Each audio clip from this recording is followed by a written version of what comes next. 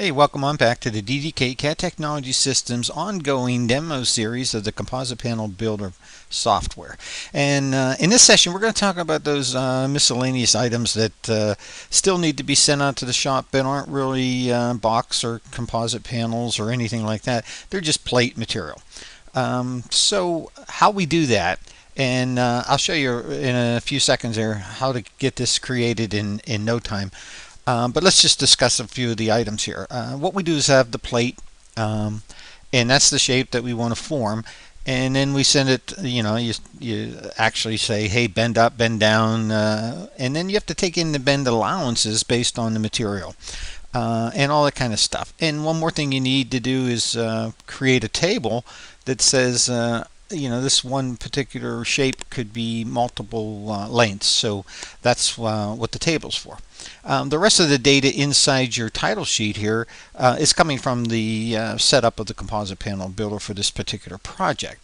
So what we want to do is zoom out a little bit. And you can see I've done several of these already. And what I'll do is I'll just zoom into this area right here, and I'm going to create one. And I use my section utility, and then we call it a plan. And then we just come over, we'll come over to here, come up to there, go over to there, slope down a little bit, tie it into the edge there just to make it look good. And then come up over, and then we'll finish it off with a vertical. There we go. It doesn't matter. So the first thing we have to do is go into miscellaneous commands and edit our plate. And this will allow us to tell it whether or not the material face of this plate is on the top or the bottom. We'll put it in the top. Here's our color that we decided. We could switch it over to a different color. And now this is for our table. So we'll start with C1 in our table.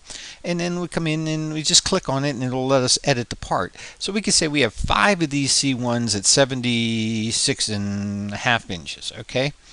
There we go. And then we just add another one. I mean, this is C2, it's quantity 1. We have to select it first, and then we'll make it 48 inches. All right, that's all we need to do.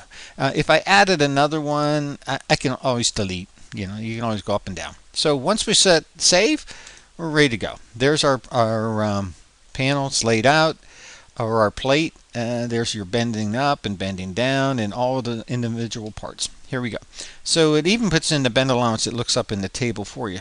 Now if that was okay, that's fine. But if it wasn't and you have to make some modifications, and you just do it like you do in AutoCAD. You come in, stretch this guy over. Maybe it just needs to move over a little bit.